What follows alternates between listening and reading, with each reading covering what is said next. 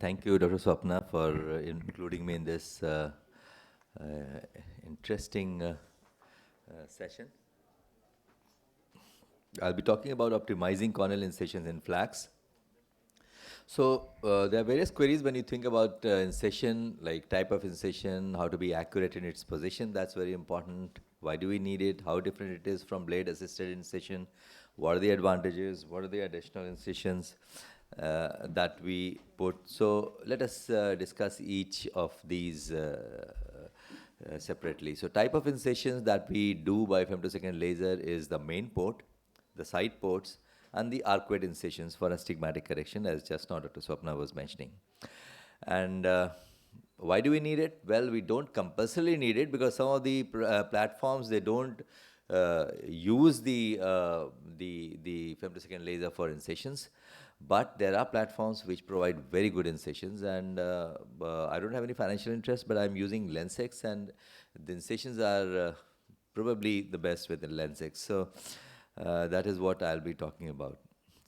But yes, there are some advantages of FLACS-related incision, and that's what I will be telling. Because when you are making a manual incision, sometimes you can have a premature entry, a short tunnel length. That is one.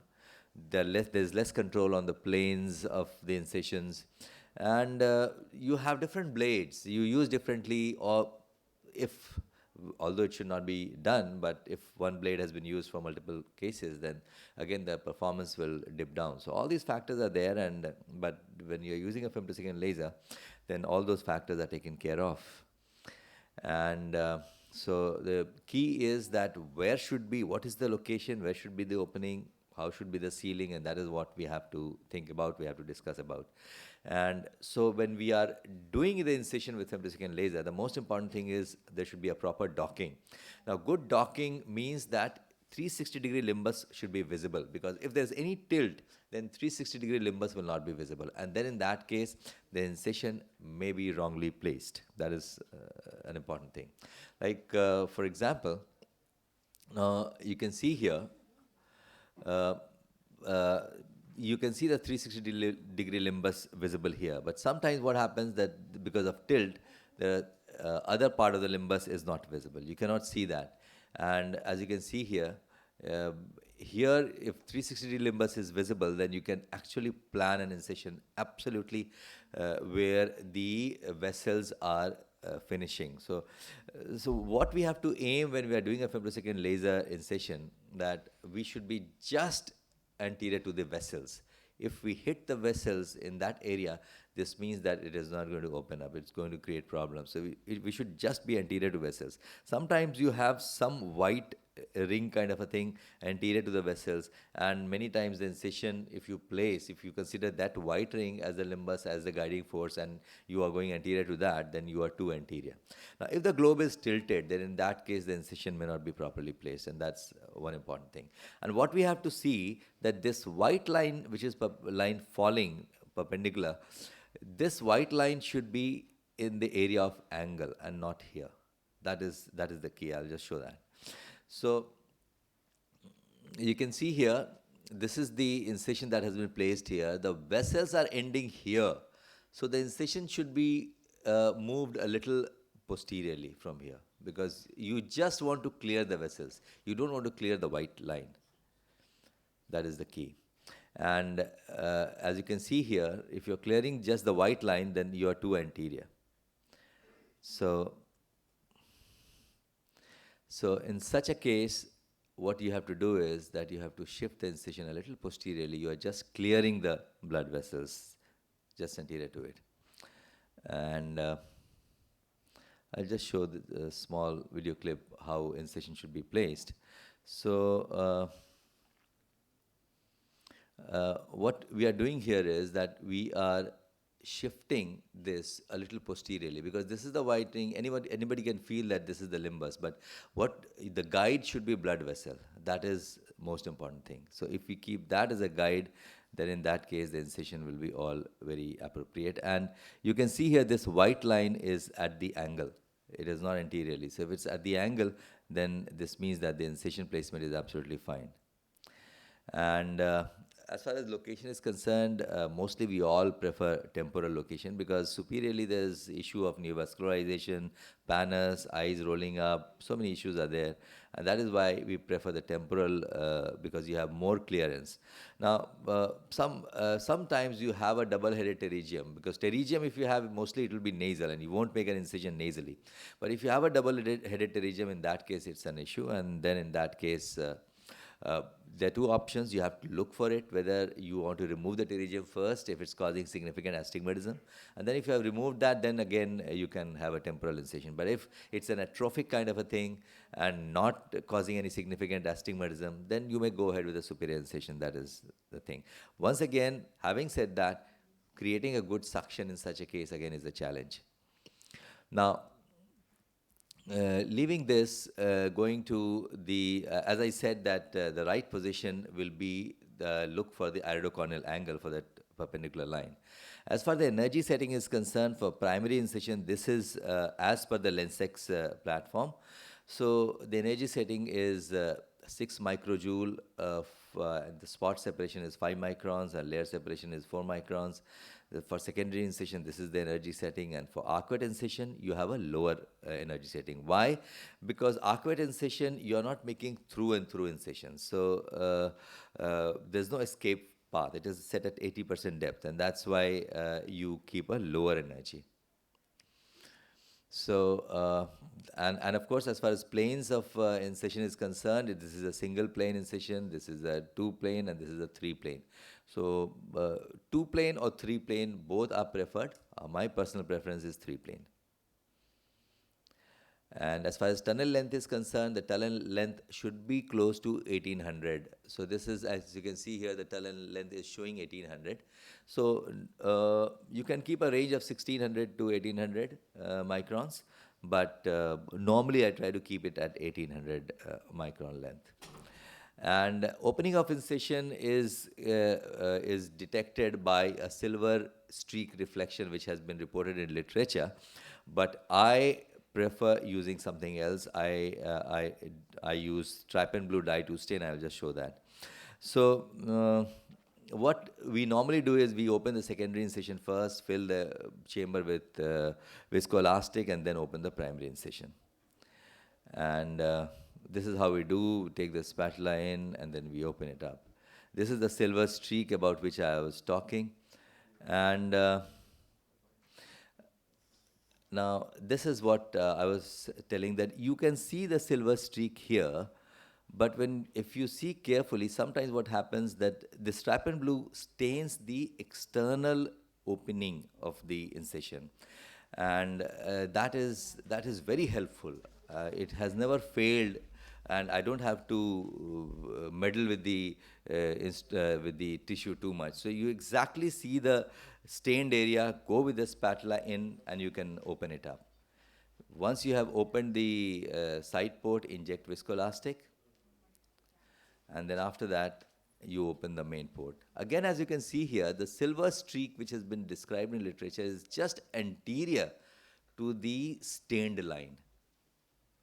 So sometimes it may be fallacious. So as you can see here, using the spatula through the stained line is something which is useful. I've just sent a small technique for publication in a journal. Then arcuate incision again can be opened up by a spatula, any spatula, or you can open it with a blunt Sinskey hook as well, separate it. And the advantage of arcuate incision with femtosecond laser is that it is more predictable than the manual incision. And as far as sealing is concerned, it provides a very good sealing. Whenever you hydrate, the wound seals very well, and this is how it looks like in the ASOCT. It's a well-sealed wound. And there are studies which have shown some advantage of the femtosecond laser incision over the manual incision.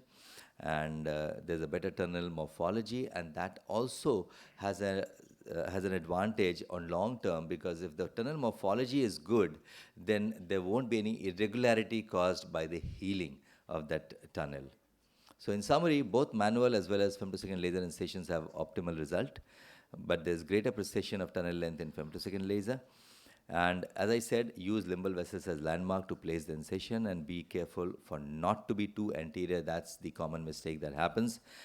And of course, if you fail by femtosecond laser, keratome is always an option. So thank you very much for your patient listening. Thank you, Dr. Rajesh.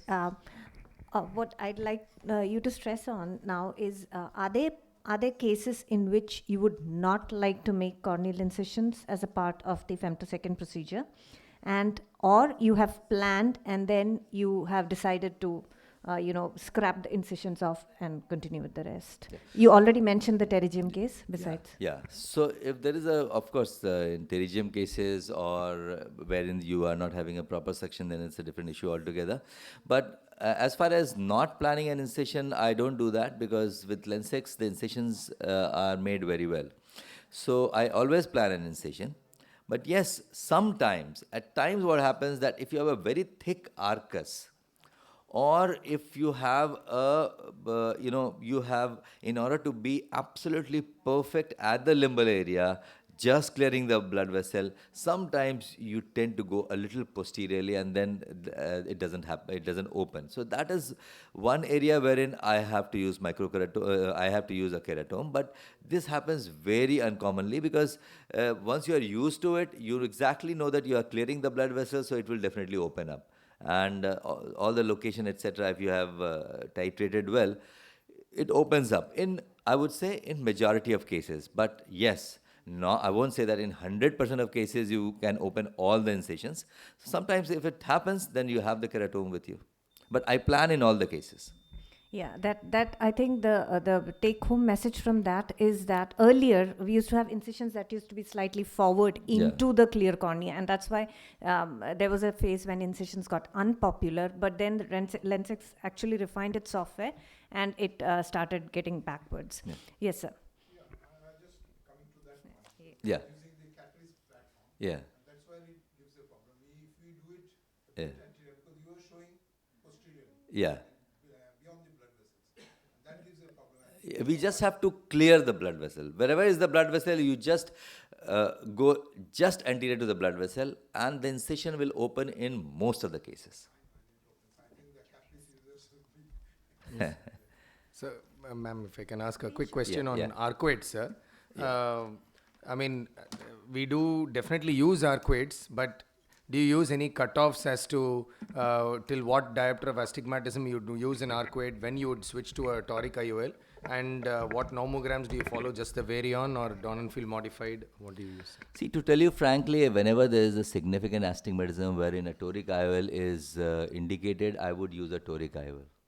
I will not use an arcuate incision. And again, if a patient has to undergo a multifocal implant and there is some toricity, I will go for a multifocal toric IOL. I will not use a arcuate incision. But yes, somebody who is undergoing this femtosecond laser cataract surgery, and then with a monofocal lens or an eye-hands kind of a thing or any other thing, and he has some astigmatism, something like maybe 1 diopter or so, then I may go for a arcuate incision. But I don't depend on arcuate incision for controlling the astigmatism. It's the toric IOL which gives much better result than any arcuate incision, either by femto or by manual. Because often we are faced with a situation where patient wants a multifocal, but has a 0.75 1 diopter, 0.75 to 1 diopter astigmatism. And then toric multifocal LRCS cost also builds up, sir. Yeah. So would you, in those cases, just to reduce the cost for the patient, do arcuates, or you would say better to stick to a toric multifocal even for lower astigmatisms? No, I would, in order to correct for astigmatism, if I am thinking for correcting for astigmatism, for threshold for monofocal lens, it will be 1 diopter, and for threshold for multifocal lens, it will be lower, 0.75. So if I have to correct for astigmatism, I will use toric implant. I will not depend on arcuates by femto or by manual or anything. Yes, so regarding your question, sir, irrespective of platform, let's call it platform A, platform B, whatever. So is it that there's only a spacing of the incision which is a problem? Is there any difficulty in opening the incision, or is it a small? Difficulty in opening, because by the time in the catalyst, by the time you come I to the know. incision, there will be I think, yeah. it doesn't happen. We have both. I think most catalyst users don't make incisions and most Lensex users make incisions because that platform is more robust for incisions also. It applies, we have both the platforms in two different centers. Only in the Lensex we use Incision Catalyst, we don't, madam. Because it's a struggle and it's probably not worth the struggle for making such an incision. The side ports, Yeah, if you meddle port, too you can much, still yeah. go a bit forward and open it. And then there are like temporal incisions. I mean, somehow the incisions are not very clear cut, so people do have that shadow and all. So normally, if I am giving incision, I give it 160 degree and 20 degree, a bit covered by the lid. Okay. Yeah, that I think was a very good tip. And another thing is that, like Dr. Rajesh has mentioned, when you need to open the incision, high magnification, a dry field, and you need to take your spatula a little vertical before you go horizontal into the plane. Yeah, yeah, yeah. It works well. What I have felt that the stained margin is just, in that case I showed that the silver streak which has been described was just anterior to the stained margin. I went through the stained margin, I just went and it opened. So I feel that is a more reliable tool than the silver streak. Thank you, Dr.